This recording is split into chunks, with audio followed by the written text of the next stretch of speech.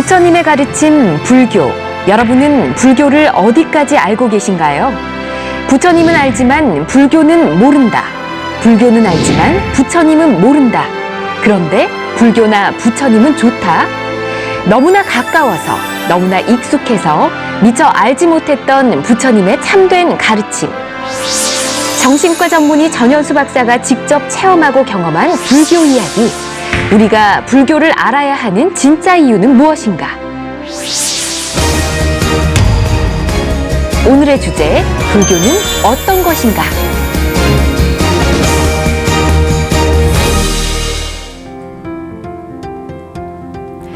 부처님의 지혜로 마음의 병을 치유하는 행복 처방전. 안녕하세요. 전현수 박사의 마음 테라피 전혜원입니다.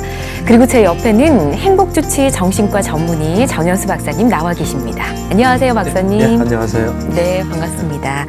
저희가 마음 테라피 2를 처음 시작했던 그 시간에 박사님께서 이 마음과 불교 그리고 수행에 대해 이야기하고 싶다라고 전해주셨잖아요. 그렇죠. 이제 순차적으로 이야기를 많이 들었던 것 같은데 두 번째 챕터라고 할 수 있는 불교에 대한 이야기를 이제 시작해 보려고 합니다. 이 시간에 뭐 불교에 대해 특별히 다루고 싶었던 이유 있으실까요?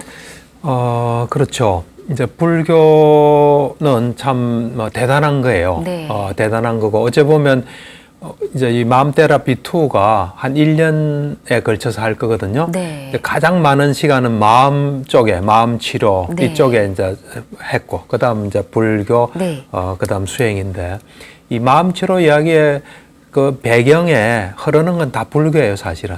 물론 이제 불교와 정신치료, 정신의학 이것이 같이 이래 공통적인 부분을 같이 흘렀긴 하지만 그 이제 뿌리에 대해서 이제 하는 시간이죠. 그동안 이렇게 내가 한 30년 정도 불교 공부하고 수행해 보니까 이 참 대단한 거예요, 불교는. 이 대단한 불교를 내가 이제 경험했고 또 공부하고 이해한 거를 같이 좀 나누는 게 꼭 필요하다 해서 좀 그 시간을 꼭 하고 싶었어요. 네. 이 스님이 아닌 이 제가 불자이자 정신과 박사이신 박사님의 시선에서 보는 불교 또 어떻게 생각하시는지 기대가 됩니다. 자, 오늘도 방송이 나가는 동안 방송 포교 후원 전화 열어놓고 있습니다. 함께 해주신 분들 중에서 저희가 추첨을 통해서 박사님의 저서 선물로 드리니까 여러분 많이 함께 해주시기 바랍니다. 박사님 이야기를 항상 들어보면 박사님 불교는 늘 진리다라고 생각하시는 것 같아요. 그렇죠. 그러니까 이제 나는 뭐 처음부터 나는 그래 생각하지는 않았죠. 처음에는 뭐 그냥 불교가 있는 모양이다. 또 부처님 왠지 좀 끌리고 편안하고 이래서 했는데 이제 점점 공부를 해보니까 또 수행도 하고 공부도 해보니까 부처님 말씀에 하나도 틀린 게 없다는 걸 내가 발견을 했어요. 근데 특히 그 어느 정도 수행하고 난 뒤에 이제 니까야를 읽으면서 이 이제 부처님의 시각 있잖아요. 부처님이 세상을 보는 거 이걸 했을 때 하나도 틀림이 없고 이거는 보편적인 참 그거구나 하는 걸 내 개인적으로 이제 경험도 하고 이해도 하고 체험도 한 거죠. 그러면서 이제 그 나의 개인적인 경험을 넘어서서 이 경전 자체를 쭉 보고 그 시대 상황 있잖아요. 2600년 전에 역사적인 사실이에요, 전부 다. 그런 것들을 이래 있는 그대로 보려고 노력해 보니까 이제 부처님 자신께서 엄청나게 노력하시면서 검증을 철저히 하셨고 또 그 당시에 부처님의 제자들 이제 사리불, 목건년 이 사람들은 원래 부처님 제자가 아니에요. 부처님이 이제 이 출연하실 때 육사외도로 해서 6명의 어떤 대단한 스승들이 있었어요. 그 스승들 중에 산자야라는 스승이 있었거든요. 사리불하고 목건년 원래 산자야 제자예요. 근데 이제 이 육사외도라 그러는데 이 앞에 5명하고는 좀 달리 산자야는 좀 애매하게 말하는 사람이에요. 뭐 이다 아니다 말도 안 해요. 그러니까 내가 볼 때는 이 사리불 목건년이 앞에 사람들은 다 그 업이 없다, 뭐 주교도 아무런 가보도 없다 하는데 비해서 이 사람 좀 애매하게 이야기하니까 이제 진리를 모르는 입장에서는 거기에 있었던 것 같아요. 그러면서 다른 뭐 우수한 점이 많았겠죠. 있다가 이제 부처님 우연히 이제 사리불이 부처님의 그 다섯 제자 첫 오비구가 있어요. 다섯 제자 중에 한 사람을 만나서 얼굴이 굉장히 맑고 이러니까 이제 가서 물어보고 거기서 개송을 듣고 아 이건 진리다 분명히 해서 제자들 데리고 이래 다 스승한테 이야기하고 이래 오거든요. 네. 목건년도 마찬가지고. 그러니까 이제 그런 사리분이나 목건년이 대단한 사람이에요. 요즘으로 치면은 뭐 천재들이라 볼 수 있죠. 그러면서 엄청난 실제적인 그런 노력을 하고 그 사람들한테 오직 관심은 진리예요. 진리냐 아니냐 이거예요. 부처님 자신도 마찬가지예요. 이제 그런 사람들, 그 무수한 뛰어난 사람들의 검증을 다 통과한 거예요. 그리고 그 사람들이 수행했을 때 이건 정말 사실이다 하고 이 초기 경전은 보면 전부 다 부처님 자신이 이 깨닫는 과정에서 엄청난 검증을 해요. 네. 하고 그 다음에 제자들이 해보니까 부처님 말씀 하나도 틀린 게 없더라 하는 그런 그거를 여러 가지로 내가 이래 미뤄볼 때 이거는 분명한 내 경험도 그렇고 또 그리고 어째 보면 참 부처님이란 분이 대단한 분이 나타나서 돌아가셨잖아요. 한 80세 살다가. 그러고 난 뒤에 뭐 역사가 계속되는 한은 계속될 수 있는 어떻게 보면 장대한 쇼를 벌인 거예요. 그러니까 부처님 당시에 있었던 일들이 다 기록이 되고 그걸 눈 밝은 사람 또 해본 사람 이게 진리구나 하는 그걸 다 남기고 가신 거예요. 이런 거는 역사의 희귀한 일이에요. 예, 이런 여러 가지를 종합할 때 나는 뭐 부처님 말씀은 누구나 어떤 하면 그렇게 되는 보편적인 경험의 바탕을 둔 보편적인 진리다. 이렇게 나는 한치의 의심도 없죠. 이 보편적인 진리라고 얘기를 할 수 있게 된 그 근본이나 이유 이런 게 또 따로 있을까요? 그러니까 이제 우리가 보편적인 경험, 보편적인 진리다 하는 그 근거에는 관찰에서 놓은 거예요. 네. 사유에서 놓은 게 아니에요. 이 머리로 생각한 게 아니에요. 전부 다 본 거예요. 네. 볼 수 있는 상태를 만들어서 본 거예요. 그래서 우리 모두 다가 그런 상태를 만들어서 보면 다 부처님과 똑같은 경험을 할 수 있어요.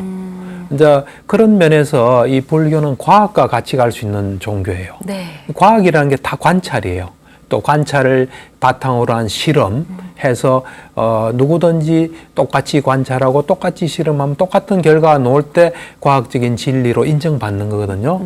그런 면에서 볼 때 어째 보면 과학의 검증을 통과할 수 있는 종교는 불교다 나는 그렇게 생각해요.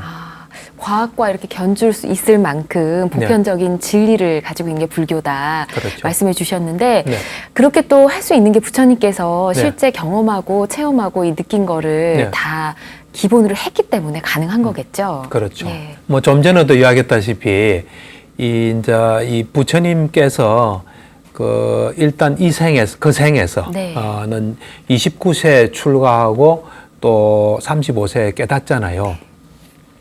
그 어떤 6년간의 노력, 물론 그 전에도 뭐 이제 공부도 많이 하고 왕이니까 뭐 좋은 것도 많이 배웠겠죠. 어쨌든 간에 이 출가하고 6년간 이 이제 노력하고 깨달을 때 철저하게 검증해요. 그러니까 이 경전 도처에 보면 이런 이야기가 있어요. 사성제 법문을 할 때 내가 당신들처럼 사성제를 모를 때는 나도 끝없는 윤회를 했다. 근데 내가 이제 사성제를 발견하고 그 윤회를 멈출 수 있었다. 우리와 같은 입장을 계속 이야기해요. 그러니까 굉장히 솔직하세요. 솔직하면서 내가 이런 걸 모를 때는 내가 깨달았다 말하지 않았다. 이런 걸 하나하나 단계적으로 철저히 내가 알게 됐을 때 나는 세상에 이제 내가 다 안다고 이야기했다. 하면서 자신이 깨닫는 걸 철저히 검증해요. 이제 그러고 난 뒤에 이제 제자들 가르치는데 가르치는 것도 참 누구부터 먼저 가르칠까 철저하세요. 그래서 옛날에 부처님한테 가르친 분들이 있어요. 무소유치하고 비상비비상처를 무색계 선정에 그분들을 이분들은 수준이 높으니까 이분들 내가 가르치면 좋겠다 해서 어디 있나 이래 보니까 이제 천안통으로 보는 거죠. 보니까 죽은 거예요 이미. 뭐 한 사람 일주일 전에 저는 죽고 한 사람 뭐 하루 전인가 하여튼 죽은 거예요. 그러면 이 두 사람이 내 가르침을 제일 잘 알고 자기를 믿을 거 아니에요. 왜냐면 그 두 사람은 당신이 높은 경지에 이르렀다. 우리 둘이 같이 이끌자. 뭐 그랬던 사람이에요. 그러니까 참 부러운 게 그 인도에 그 당시 인도에 이 수행자들이 마음이 굉장히 열려 있었다는 거 굉장히 내가 부럽더라고요. 네. 솔직하고. 그래서 이제 이 두 사람이 사라졌으니까 그럼 누구를 이제 내가 할까 해서 옛날에 같이 수행했던 그 오비구를 찾아가는 하여튼 그 굉장히 그 지혜로운 사람의 전형이에요. 네. 그래서 그렇게 해서 가르쳐서 처음에 5사람을 아란을 만들어요. 예. 그래서 이 세상엔 아란이 이제 6사람이 존재한다, 나를 포함해서 하면서 무수한 아란을 만들어내요. 그러니까 제자들이 부처님이 가르친 대로 해보니까 깊이는 차이가 있지만 똑같은 걸 경험한 거예요. 그걸 경험한 제자들이 또 부처님 말씀대로 해보니까 그대로 되더라 하는 걸 다 증명해요. 초기 경전은 다 그런 증명이에요. 예. 전부 다. 그러니까 그런 면에서 이제 보편적인 진리고 많은 세월이 흘린 끝자락에 지금 뭐 나도 수행을 해보니까 예. 경험할 수 있었고 다 이런 누구든지 하면 되는 거예요. 네. 경전 이야기를 많이 하시잖아요. 그렇죠. 근데 지금 경전 얘기를 듣다 보니까 네. 경전이 만들어진 건 부처님께서 열반하신 이후 아닌가요? 그러니까 이제 그렇죠. 우리가 요즘 소위 말하는 초기 불교는 3장이라 그래요. 예. 경율론 3장. 그러니까 부처님 말씀인 경, 네. 또 계율은 율장, 부처님의 어떤 가르침의 진수인 아비담마 7장이라 그러는 7개 7장에서 요게 경율론 3장이라는데 이것이 오늘날 전하는 형태로 완성된 거는 부처님 사후예요. 부처님 돌아가시고. 예. 근데 내가 이래 그 니까이를 꼼꼼히 보면 부처님 돌아가시기 전에도 네. 이 위대한 말씀을 전해야 되겠다 해서 이 합송을 많이 했어요. 같이 모여서. 그렇군요. 그러니까 터키에 보면은 디가니까야 합송경이란 게 있어요. 네. 이제 거기를 보면은 그때 이제 부처님 돌아가시 그래 많이 남지 않은 돌아가시기에 좀 임박한 그러니까 임박이라기보다 하여튼 그 이제 이런 그 법문이 있고 그 뒤에 하여튼 돌아가셨을 거예요. 네. 그러니까 상당히 후반기 일이에요. 그 당시에 그 육사외도가 있었거든요. 6명의 그 대단한 스승이 있어요. 예. 그 중에 한 사람이 니간타예요. 니간타 나타푸타라는 네. 그런 이제 스승이 있었는데 이 사람이 죽었어요. 죽고 난 뒤에 그 니간타 제자들 사이에서 굉장한 그 분쟁과 혼란이 일어났어요. 가르치면 내가 잘한다, 너는 틀렸다 막 하고 막 그저 출가자들 사이에 그러고 또 제가자가 볼 때 거기에 실망하고 그러면서 그런 일들이 막 벌어진 거예요. 그래서 이제 사리불 보고 이래요. 오늘 내가 등이 아프다. 네. 이제 그러니까 사리불 너가 나를 대신해서 법문을 해라 이런 이야기를 해요. 그러니까 이제 사리불이 그 이야기를 해요. 니간타가 죽고 난 뒤에 그 제자들 사이에서 이렇게 분쟁이 일어났다. 또 제가 신자들도 그에 실망하고 그것은 그 이유는 뭐냐면 그것이 바르게 깨달은 법이 아니기 때문이다. 그것은 어떤 세속을 떠나고 고요로 이끄는 바른 법이 아니고 깨달은 사람에 의해서 이 선포된 법이 아니기 때문이다. 우리 법은 세존에 의해서 바르게 깨달은 거고 이 세속을 뛰어넘고 고요로 이르고 어떤 그 열반으로 이르는 훌륭한 거다. 네. 그래서 우리는 이것이 이 좋은 이 청정 범행이 오래 머물도록 사람들의 행복을 위해서 오래 머물도록 우리가 합송을 해야 된다. 예. 하면서 이 합송을 해요. 그러면서 이제 합송이라는 건 다 같이 하는 거예요. 네. 합송을 하는데 이 하나의 법 그러니까 한 가지로 구성된 법, 또 2가지로 구성된 법, 3가지로 구성된 법, 10가지로 구성된 법, 그 총 230가지 법에 대해서 이야기를 해요. 그래서 이제 그걸 합송을 하고 나니까 부처님께서 참 훌륭하다 하는 그걸 미루어 봐서는 예. 그 당시부터 이래 이걸 전해야 되겠다. 그러니까 사리불도 그랬거든요. 이 청정 범행이 오래 계속돼서 사람들의 행복과 이익을 위하도록 우리는 해야 된다 하는 건 이미 이거는 전해야 된다는 거예요. 네. 그리고 그 부처님의 그 상수 제자인 아난다가 있었거든요. 부처님 사촌 동생이에요. 이 사람이 그 이 존자가 이제 부처님 시자로 25년간 시자 생활했거든요. 시자로 이제 임명되기 전에 부탁을 해요. 내가 이런 걸 부처님께서는 들어주셔야 됩니다 하면서 내가 없는 자리에서 법문한 건 내한테 꼭 말씀해 주셔야 됩니다. 외우겠다는 거예요. 그러니까 자기가 들은 건 자기가 다 외우고 예. 그 다음에 못 들은 건 외워가지고 이걸 전하겠다는 거예요. 그러니까 이제 그런 게 일찍이 있었어요. 있고 난 뒤에 이제 부처님 돌아가시고 이제 장례를 치르고 2달 후에, 약 한 2달 후에 다 모여요. 네. 아라한 제자 500명이 모여요. 이제 이건 디가니까야 주석서에 있어요. 500명이 모여가지고 처음에 이제 그걸 주재한 사람은 마가습이에요.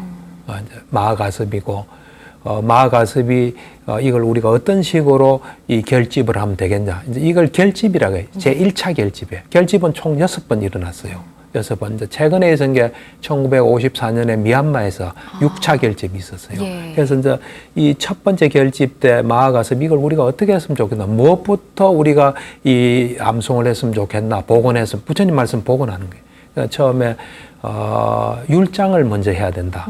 율장이 가장 근본이다. 율장이 없으면 경장이 있을 수가 없다. 율이 가장 근본에서 율장부터 먼저 해요. 그럼 율장을 누가 먼저 하겠냐? 그러니까 우빨리 존자.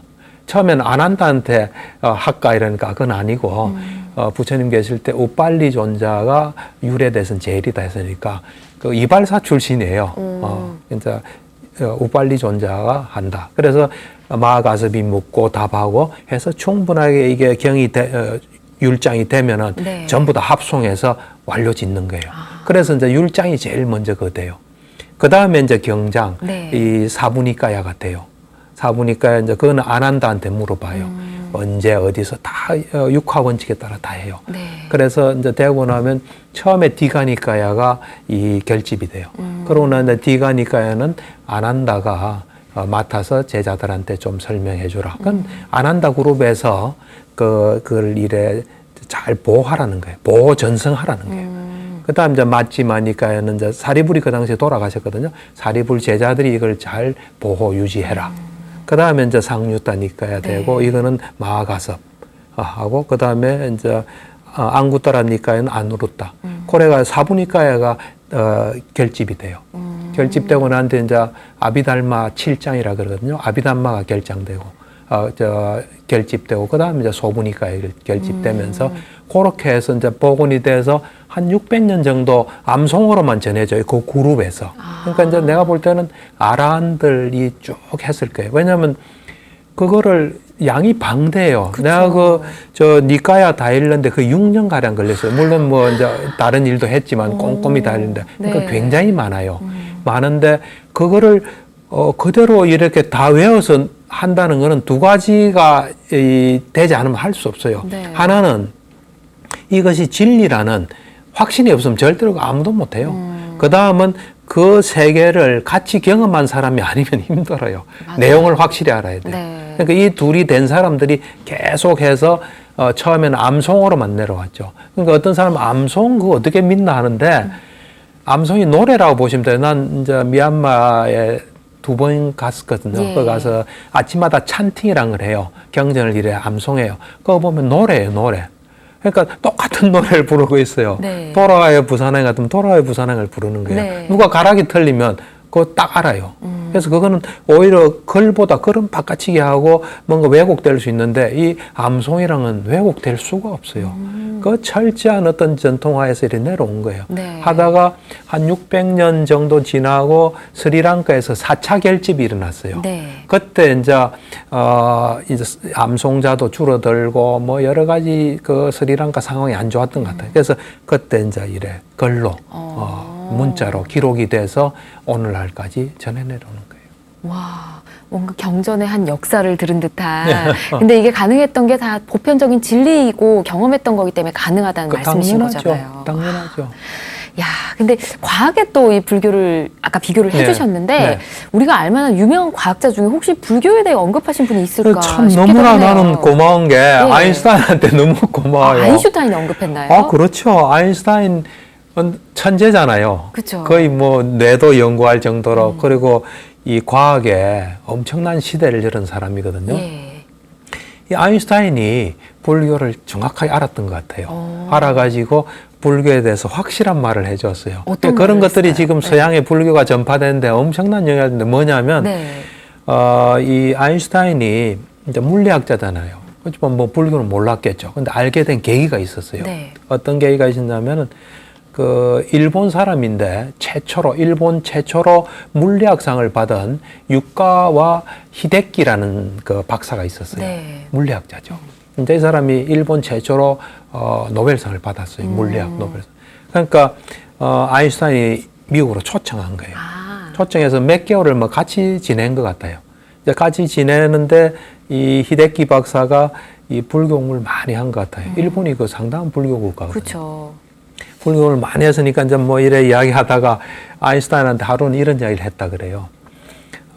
참 아인슈타인 박사님은 이 상대성 이론을 발견해 가지고 네. 기존의 그 뉴턴 물리학에서 벗어나서 이 현대 과학을 급속히 발전시킨 대단히 위대하신 분인데 당신이 발견한 상대성 그 이론이 네. 2500년 전에 동양에 이미 있었습니다. 그랬어요. 그러니까 아인슈타인이 귀가 번쩍했겠죠. 예. 그게 뭡니까? 그게 무슨 이론입니까? 하니까 이 히데키 박사가 2500년 전에 이 고타마 붓다라는 분이 있었다. 석가모니 부처님이 있었다. 그분이 연기법을 네. 발견을 했다. 그래서 세상에 존재하는 모든 것들은 홀로 완전하게 있는 게 아니라 어떤 상대적으로 이게 있을 때 이게 있고 이게 사라지면 이게 사라진다 하는 그런 걸 이미 해서 동양에서는 이미 2500년부터 전해져 내려오고 있다니까 귀가 번쩍 뜬 거죠. 그 정도 말만 들으면 다 아는 것 같아요. 보니까. 그래서 그렇냐고. 그러면 당신이 일본에 가면 그와 관계되는 자료를 영어로 된 자료를 좀 보내달라 그래요. 그래서 히데키 박사가 이제 중요한 경전들을 영어로 뭐 번역해서 보낸 거예요. 보내가 이제 아인슈타인이 그걸 쭉 보고 난 뒤에 확실히 알고 난 뒤에 네. 아인슈타인이 주위 사람한테 이런 말을 했대요. 어떤 말일까요? 현대 과학의 아버지가 사람들은 난 줄 아는데 진정한 과학의 아버지는 저 석가모니 부처님이다. 이제 이런 이야기를 하면서 네. 이제 종교에 대해서 이런 딱 못을 박는 이야기를 했어요. 뭐냐면 미래의 종교는 우주적인 종교가 될 것이다. 네. 요 인간 중심의 어떤 하나님이나 또 교리나 신학을 넘어서서 이 자연계와 또 우리 정신계를 포함하는 네. 그래서 자연에 대한 또는 정신에 대한 이 경험에 이 근거하고 있는 그런 종교적인 의식에 바탕을 둘 것이다. 그래서 근데 그런 것의 해답이 불교일 것이다. 네. 앞으로 만약 이 과학에 부합되는 종교가 있다면 그것은 불교일 것이다. 이런 이야기를 했어요. 와, 아인슈타인도 참 멋지다는 생각이 듭니다. 난 너무 고맙죠. 부처님의 가르침을 본인도 이해하고 아마 본인도 경험을 했기 때문에 또 그러니까 그런 생각하지 않았을까요? 뭔가 이 현대 물리학의 네. 새로운 뭔 세계를 열 정도면 관찰력과 이런 것이 그러니까요. 깊이가 뛰어난 사람이니까 네. 그 불교의 진리를 이렇게 간파했을 것 같아요. 아인슈타인 이야기 들으니까 참 신기하기도 하고 재밌는데요. 혹시 불교를 언급한 또 다른 학자가 있을까요? 그러니까 참 뭐 이래 어쩌보면 이 세계를 움직인 몇 사람들이 있거든요. 네. 그 중에 드는 사람이 아인슈타인이에요. 네. 뭐 프로이드도 있고 다윈도 있지만 거기에 또 버금간 사람이 하나 토인비라는 역사학자가 있어요. 네, 토인비 역사가. 유명하죠. 예. 그 사람이 또 한마디 해줬어요. 어떤 말을 했을까요? 너무 고맙죠. 이제 토인비가 어느 학술대에서 이제 연설을 했어요. 네. 탁월한 역사가니까요. 예. 연설하고 난 뒤에 이제 누가 질문했어요. 앞으로 한 200~300년 후에 네. 역사에서 이 20세기에 가장 중요한 사건으로 뭘 꼽을 것 같습니까? 이제 토인비 박사님. 뭐 2차 대전을 꼽을 것 같냐? 또 유태인 학살, 뭐 나치 정권의 몰락, 여권 신장, 그러니까 대답이 엉뚱한 대답이 나왔어요. 불교가 동양에서 서양으로 전파된, 건너간 것을 최고의 사건으로 꼽을 것이다. 그랬어요. 와. 예. 뭔가 또 이제 토인비 박사도 네. 알고 이해하고 깨달은 게 있어서 그렇게 얘기를 하셨겠죠. 그렇죠. 그런 사람들이 쉽게 이야기 안 하죠. 와. 두 분 이야기만 들어도 굉장히 멋진데요. 예. 이렇게 유명한 과학자나 학자들이 이런 얘기를 할 수 있는 것도 예. 이 불교가 보편적인 진리이기 때문이지 않을까 그렇죠. 하는 생각이 듭니다. 네. 이 불교가 보편적인 진리가 될 수 있었던 이유가 있을까요? 내가 볼 때는 이제 불교가 만들어지는데 엄청나게 시간이 많이 걸리고 철저하게 만들어졌기 때문에 된 거예요. 얼렁뚱땅 이래 만들어지고 뭐 자다가 생각해 보니까 뭐 좀 경험해 보니까 이렇게가 만들어진 게 아니에요. 엄청나게 오랜 세월 동안에 네. 정말 진리가 뭔가, 이 진리가 모든 인간을 유용하게 하고 도움을 줄 수 있는 진리가 뭔가 하는 그것에 초점을 두고 오랜 세월에 걸쳐서 이 만든 거예요. 네. 자, 이 발견한 거예요. 그거는 이제 어떻게 알 수 있냐면 네. 초기 경전 중에 자타가라는 게 있어요. 많이 말씀해 주셨던. 이야기 네. 많이 했죠. 이 자타가 주석서에 보면은 이 오늘날 지금 우리 시대는 고타마 부처님 시대예요. 네. 네, 고타마 부처님 시대인데 이 시대의 시작은 고타마 부처님도 그 부처님 되기 전에 끝없는 윤회를 한 거예요. 셀 수 없는 윤회예요. 그 중에 오늘날 고타마 붓다와 부처님과 관계되는 생이 네. 있었어요. 이제 여기부터는 이제 이 생하고 관계된 거예요. 네. 그 전에는 있긴 있었지만 있긴 있었어요. 아. 끝없는 생이 있었을 거 아니에요. 이 사아성지 10만 급 전에 네. 이제 시간 개념이 급이란 건 빅뱅에 한번 일어난 게 급이에요. 예. 아성지란 건 셀 수 없는 시간이에요. 셀 수 없는 4번의 시간이 흐르고 예. 또 10만 급이 흐른. 그러니까 부처님께서 숙명통으로서 과거생을 끝없이 봤을 때 끝없이 보다가 엄청나게 셀 수 없는 4번의 시간이 흐르고 10만 급이 흐르고 난 뒤에 보니까 수메다라는 존재가 있었던 거예요. 자기하고 관계된. 네. 그때 불교가 시작돼요. 아. 그런데 수메다 현자가 굉장히 부잣집 아들이에요. 아들이고 그 부모님이 7대에 걸쳐서 혈통이 좋은 사람이에요. 그러니까 혈통이 좋은 만큼 재산도 많았죠. 네. 근데 이제 그 부모님이 일찍 돌아가세요. 그러니까 이제 어린 나이에 그 이제 주인이 되는 거죠. 그러니까 그 당시에 이제 은행이 없었기 때문에 창고에 모든 재산을 다 넣어놨거든요. 예. 그러니까 그 재산 관리인이 이제 주인님의 재산을 보십시다. 해가지고 창고로 갔어요. 그래서 이건 아버지가 남긴 재산, 이 어머니가 할아버지, 할머니 뭐 쭉 해서 쫙 이야기해요. 그러니까 이 어린 수메다가 한마디 하는데 놀랍더라고. 이 사람들은 가져갈 수 없는 재산을 만들어서 다 놔두고 갔군요. 아, 본인의 조상. 조상들은 아버지를 포함해 아버지 어머니. 나는 이제 이 재산을 내가 가져갈 수 있는 재산을 만들겠다 그래. 아. 그러면서 이제 왕을 찾아가서 옛날 부자들은 왕의 허락을 받아야 돼요. 그래야지 안 그러면 사회가 혼란되잖아요. 왕한테 이제 이걸 내가 필요한 사람한테 다 나누어 주겠다. 와. 우리가 내가 지금 뭘 가지고 있잖아요. 네. 갈 땐 다 나눠놓고 가요. 근데 필요한 사람한테 주면 가져가는 거예요. 네. 그래서 다 나누어 주고 길을 떠나요. 길을 떠나면서 이런 생각을 해요. 괴로움이 있다면 괴로움이 없는 것도 있을 것이다. 태어남이 있다면 태어남이 없는 것도 있을 것이다. 뜨거움이 있다면 네. 뜨거움이 사라진 차가운 게 있을 것이다. 탐욕이 있으면 탐욕이 사라진 열반도 있을 것이다. 이러면서 뭐 그전에도 많이 닦은 것 같아요. 해서 이제 집을 떠나요. 떠나서 이제 숲에 가서 수행을 해요. 그래서 팔선정 오신통을 얻어요. 네. 예. 팔선정 오신통. 예, 예. 이 얘기도 궁금해지는데요. 뭐냐면 이제 이 선정이란 게 있어요. 네. 우리가 삼매란 게 있거든요. 삼매는 마음이 딱 하나 집중된 상태인데 삼매에 세 종류가 있어요. 이 순간 삼매에서 순간적으로 삼매에 탁 들어가는 게 있어요. 예. 근접 삼매에서 이 본 삼매 들어가기 전 단계가 있어요. 약간 약한 삼매죠. 네. 그 다음에 이제 본 삼매가 있어요. 본 삼매가 선정이에요. 예. 그 선정에 이제 색계 사선정하고 무색계 사선정에서 그걸 팔선정이라고 그래요. 초선, 이선, 삼선, 사선, 공무변저, 식무변저, 무소유저, 비상, 비비상저에서. 네. 그러니까 이게 팔선정이에요. 오신통은 뭐냐면 우리가 인간이 가진 능력이 있는데 우리가 노력 안 하기 때문에 우리가 지금 우리한테 없는 게 있어요. 네. 노력하면 누구나 가질 수 있는 게 신통이에요. 그러니까 이제 신통은 6가지가 있는데 예. 그 중에 5가지를 얻은 거예요. 아. 뭐냐면 신족통이라서 이래 공중에서 이래 움직일 수 있어요. 이게 다 사실이에요.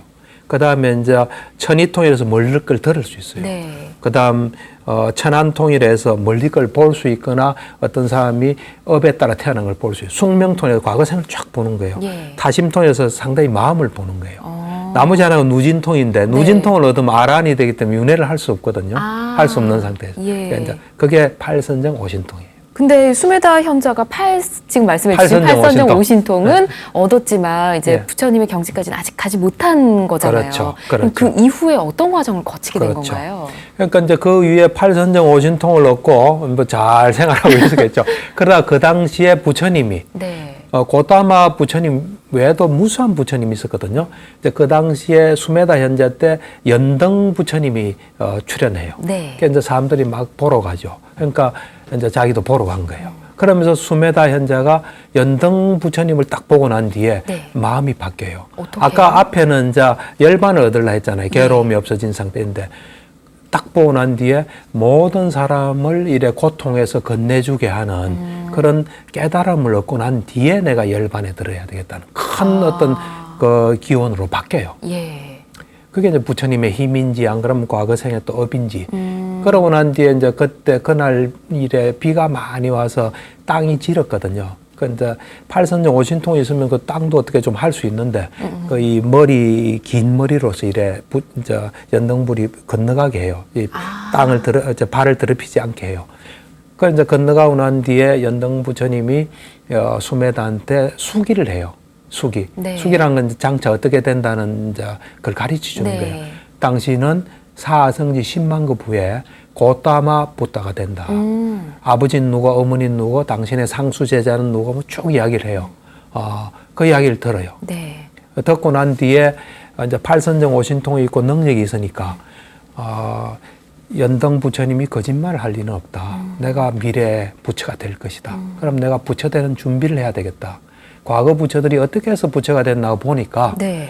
10가지 덕성을 완성하고 예. 10바람이라 그래요. 바람이를 완성한다는 거예요. 10가지를 완성하고 부처가 됐다는 사실을 알아요. 와, 그 10가지를 저희가 좀 알아야 될 것 같은데요. 알아야 되죠. 예. 10가지를 뭐 완성까지는 못하더라도 평소에 외우면서 요거 하면 큰 도움이 돼요. 그러니까요. 그 10가지가 뭐냐면 첫 번째가 보시 바람일이에요. 보시의 덕성을 완성하는 거예요. 예. 그 다음에 지계, 계를 지키는 거예요. 그 다음에 출리, 세속적인 걸 추구하는 거예요. 출리.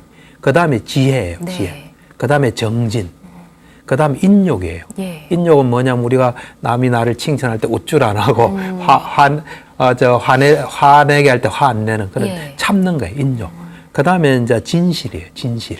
거짓말 안 하는 진실. 네. 그 다음에 결정. 내가 뭘 하겠다면 딱 끝까지 하는 거예요. 그 다음 자애와 평온. 요 10가지를 완성을 했는데 네. 이 보시를 예를 들면 이 보시바람이를 이 완성하기 위해서는 3가지 보시바람의 3종류가 있어요. 예. 저급이 있고 보통이 있고 수승한 게 있어요. 저급은 뭐냐면 남이 필요한 거를 주는데 무슨 물건을 주는 거예요. 재물을. 그게 저급한 보시예요. 예. 그 다음에 남이 필요한데 내 신체의 일부를 줘요. 허벅지를 뭐 이래 준다든지. 이게 이제 보통이에요. 보통. 예. 최상은 목숨을 주는 거예요. 아. 그래서 요 3가지를 골고루 해요. 예. 3가지가 필요할 때마다 다 해요. 인욕 바람일을 할 때는 이제 왕이 불러다가 너 화 안 낸다고 들어서 팔 잘라도 화 안 내? 하면서 팔 자르고 막 이래가 목숨까지 거예요.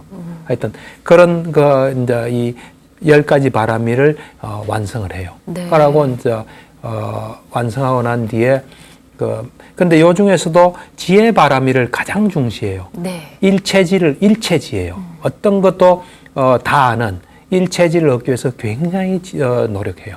그걸 이제 다 얻는 거죠. 예. 아, 지금까지 이렇게 말씀해 주신 이 수메다 현자가 오늘날 우리가 아는 네. 고따마 부처님 네, 되시는 거죠? 예, 이제? 그렇죠. 예. 예, 그렇죠. 아. 그러니까 이제 그래서 준비를 다 하고, 그러니까 무수한 생 동안에 팔선정 오신통만 가지는 거예요. 무진통을 하면은 일체지를 얻을 수 없으니까. 예. 언제라도 준비는 다 돼 있는데, 그러고 난 뒤에 이제 맨 마지막으로 도솔천이라는 예. 천상이 있어요. 아. 이제 거기 계시다가 이래 지구로 내려와요. 그렇군요. 우리 인간으로 태어나죠. 인간으로 태어나서 왕자로 태어나서 29세 때 출가해서 35세 때 깨달아요. 그리고 깨닫고 난 뒤에 철저히 검증해요. 그리고 제자들을 가르치고 이제 그러고 난 뒤에 돌아가시고 난 뒤에 제자들은 전해서 오늘날 이래 된 거죠. 이게 부처예요. 그렇군요. 불교예요. 야, 근데 불자님들은 이제 당연히 불교를 종교라고 생각을 예. 하는데 예. 그렇지 않은 분들 중에는 이제 불교가 철학이다 이렇게 얘기하시는 분들이 나는 있거든요. 그 말을 별로 좋아하지 않아요. 아, 그래요? 왜냐하면 네. 이제 우리가 이제 철학이라 하시는 분은 네. 이제 종교는 아니다 해서 좋은 의미로 말해요. 그렇지만 우리가 보통은 철학하면 사유가 사유가 많이 들어 있어요. 사유요? 사유와 또 검증이 안 된 글을 깔고 있어요, 보통은. 네. 예. 그러니까 그런 의미에서 나는 별로 철학이라는 말은 좋아하진 않고요. 이제 우리가 종교를 어떻게 정의하느냐에 따라서 불교가 종교가 될 수도 있고 안 될 수도 있어요. 예를 들어서 신과 인간과의 관계를 종교다. 이런 불교는 종교가 아니에요. 창조주 신과 네. 인간과의 관계를 종교다. 한 불교는 종교가 아니에요. 그렇죠. 그렇지만 이 종교를 우리가 인간이 가질 수 있는 궁극적인 의문, 그거를 추구하고 또 발견해서 실천하는 걸 종교로 한다면 불교는 훌륭한 종교죠. 예. 그렇군요. 네. 정말 많은 시간을 거쳐오면서 불교도 많은 변화를 겪었잖아요. 그렇죠. 특히나 뭐 지역이나 뭐 사상에 따라서도 네, 여러 네. 갈래로 나뉘기도 하더라고요. 그렇죠. 이제 이 부처님께서 이제 이 세상에 오시고 또 열반에 드셨지 않습니까? 네. 그러니까 이제 이 한 2,600년의 세월이 흘렀어요. 이제 흐르고 나니까 이 불교가 이제 인도에서 다른 나라로 전파되고 또 시간도 흐르고 사회도 많이 변했지 않습니까? 네. 그러다 보니까 이제 오늘날은 이 부처님 당시에 그 부처님의 가르침만 있는 불교에서 좀 많은 변화가 왔어요. 그래서 이제 크게 우리가 이야기하면 5가지의 불교가 있다. 이제 제가 생각할 때는 네. 5가지 불교가 있다. 이렇게 볼 수 있어요. 첫 번째가 이제 부처님의 어떤 가르침의 원형이 잘 보존된 그 불교가 이제 오늘날 미얀마, 스리랑카, 태국 네. 여기를 중심으로 있어요. 그걸 우리는 상자부 불교로 해요. 그게 이제 그 부처님의 가르침 원형이 보존된 그 이유에는 내가 볼 때는 그 인도나 그 스리랑카, 미얀마, 태국이 문화권이 비슷해요. 그러니까 그리고 특별히 어떤 문화적인 세계나 종교적인 사상이 있었던 건 아니에요. 네. 그러니까 부처님 불교가 원형이 그대로 들어올 수 있죠. 그래서 상자부 불교는 이제 니까야와 주석서를 중심으로 해서 수행하는 그런 시스템이에요. 경률론 3장에 입각해서. 그게 이제 하나의 불교고요. 네. 두 번째는 이제 부처님 돌아가시고 후에 대성불교가 생겼어요. 이제 그 당시에 대성불교는 이제 초기 불교의 뭐 어떤 단점이나 문제점을 봤겠죠. 그래서 어떤 대성불교가 생겼어요. 그것이 또 이 북방 쪽으로, 그러니까 이 몽골이나 베트남, 중국, 우리나라까지 요 북방을 중심으로 한 대성불교가 또 하나의 불교예요. 그 다음 이제 세 번째는 뭐냐면 대성불교를 근간으로 생긴 거예요. 불교가 티베트로 들어간 거예요. 이제 대성불교 형태가 들어갔죠. 들어가면서 거기서 티베트에는 이 불교를 받아들이기 전에도 자기 나름대로 어떤 수행 체계가 있었어요. 내가 파악하기로는 요가 전통이에요. 네. 그 요가 전통을 가지고 있었던 거죠. 이제 불교를 받아들여 보니까 참 위대한 가르침이고 좋아요.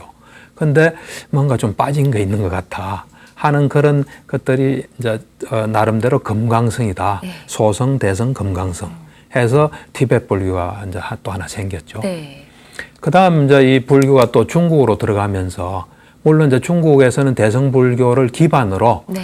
중국만의 어떤 도교 문화라든지 어떤 마음 수련 문화 이런 것들 기반 속에서 이 마음 하나 닦는 선불교가 탄생했다고 볼 수 있습니다. 네. 그러니까 4개잖아요. 네. 이제 마지막 하나는 이 뭐 토인비도 이야기했지만 20세기의 가장 놀라운 사건은 불교가 서양에 전래된 것이다. 전해진 것이다. 한데 이 불교가 이제 미국이나 유럽으로 들어간 거죠. 들어가면서 항상 그쪽 문화하고 만날 때는 거기서 어떤 인간이 무엇인지 탐구하고 인간의 문제를 해결하는 그쪽하고 주로 만나요. 그러니까 이제 옛날엔 철학, 뭐 사회학 이랬는데 이제는 현대는 거의 심리학이 그 부분을 담당하고 있거든요. 네. 인간의 어떤 본질이 뭔지 우리의 괴로움을 어떻게 해결하는지 그 심리학과 불교가 만나면서 이 불교 심리학 또는 불교 심리 치료 이쪽 형태로 이제 되는 거죠. 근데 이제 이것이 앞으로 영향을 크게 미칠 거예요. 예. 왜냐하면 지금 그 미국이나 유럽이 세계적으로 영향이 많잖아요. 근데 내가 볼 때는 원래의 불교로 돌아갔다고도 볼 수 있어요. 인간이 뭐냐, 인간의 문제를 해결하는. 근데 좀 아쉬운 점은 있어요. 어떤 아쉬운 점이 있냐면 불교에는 인간의 능력을 최대한 발휘하는 시스템이 다 있는데 네. 서양 사람들이 볼 때 이거는 뭐 좀 아닌 것 같다. 선정이라든지 윤회라든지 뭐 이런 거는 알 수가 어려워요. 사실 수행을 철저히 하면. 그런 부분은 좀 경시되거나 심지어는 이거는 뭐 그냥 지어낸 말이다 하는. 그러니까 불교가 온전하게 다 살아있기는 힘든. 지금 현재는 근데 앞으로 그게 보완되겠죠. 보완되길 바라죠. 마지막에 언급해 주신 토인비 박사님 얘기하신 서양으로 예. 전파하게 된 게 가장 역사적인 사건이라고 했잖아요. 그렇죠. 어떻게 해서 전해질 수 있었을까요? 그러니까 이제 어떻게 전해냐면 이건 내 생각이에요. 우리도 지금 이렇게 니까야도 알고 이제 수행도 할 수 있던 게 여행 자유예요. 내가 볼 때는. 우리나라가 여행 자유가 된 건 88년이에요. 그전에는 여행 자유가 안 되니까 이제 스리랑카, 미얀마, 태국을 갈 수가 없어요. 갈 수 없으니까 알 수 없죠. 네. 근데 서양은 일찍부터 여행 자유화가 돼 있었어요. 그리고 일찍부터 그쪽에서는 정신분석이다, 과학이 다 발달돼 있었어요. 근데 그거 가지고는 해결이 안 되는 게 많은 거예요. 그 사람들이 이 수준 높은 사람들이 동양으로 온 거예요. 예. 와가지고 불교를 만난 거예요. 불교를 만나 자기 문제가 깨끗이 해결된 거예요. 야, 이건 진리구나 해서 자기 나라에 가서 전하기 시작한 거예요. 그게 난 중요한 요인으로 봐요. 그 다음 이제 두 번째는 그 달라이라마하고 틴나칸 스님이 대단히 그 어떤 보편적인 일에 이 설법, 원리 이래가지고 영향을 많이 줬어요. 그래서 지금 오늘날 서양의 불교, 이제 불교의 중심은 서양이에요. 안타깝게도. 그렇군요. 특히 불교 심리학 쪽은. 와, 앞서도 언급을 해주셨지만 이 불교가 서양에서는 심리치료나 정신치료에 많이 쓰인다고 하셨잖아요. 네, 예. 어떻게 활용되고 있는지 궁금합니다. 그러니까 이제 그 재밌는 게 네. 이제 이 불교로 들어가기는 어려워요. 불교의 가장 핵심이 마음 챙김이에요. 현재에 집중하는 네. 거. 그래서 누가 조사를 해보니까 미국 심리치료하는 사람들의 40%에서 이 심리치료 현장에서 마음 챙김을 쓰고 있는 거예요. 그리고 2008년도에 그 조안 쿡이라는 그 이제 박사가 네. 심리 치료자를 대상으로 이 설문지 연구를 했어요. 연구를 하면 당신이 가장 선호하는 모델이 뭐냐 하니까 정신분석도 안 해요. 역동적 정신치료도 안 해요. 마음챙김 정신치료를 가장 선호한다. 이렇게 돼 있어요. 그리고 내가 이제 최근에 이래 보면은 그 위험한 생각들이라는 참 재밌는 책이 있어요. 네. 미국의 그 엣지 재단에서 미국을 움직이는 아주 사상가들이에요. 그 사람들이 이제 당신이 그 가지고 있는 위험한 생각들, 그게 틀려서 위험한 게 아니라 네. 조금 앞서갔기 때문에 위험한 거 있으면 좀 보내달라 해서 책으로 만든 거예요. 그게 내가 쭉 읽어보니까 네. 불교의 어떤 진리들 있잖아요. 네. 그걸 다 증명하고 있는 거로 내한테 느껴졌어요. 그러니까 내가 볼 때는 불교의 어떤 가르침들 이거는 다 관찰을 통해서 나가기 때문에 예. 누구나 관찰하면 똑같은 결론에 도달돼요.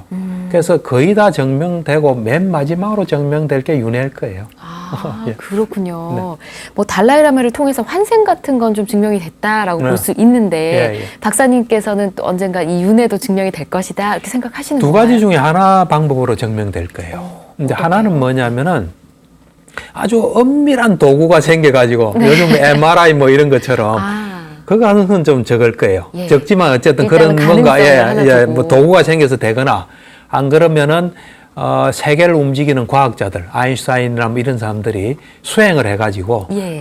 수행을 하게 되면 전생을 다 보게 되거든요. 예. 보게 돼서 이게 진리다 하는 걸 가지고 뭔가 여러 가지 논의들을 해가지고 뭐 증명되거나 뭐 어쨌든 증명될 거로 나는 봅니다.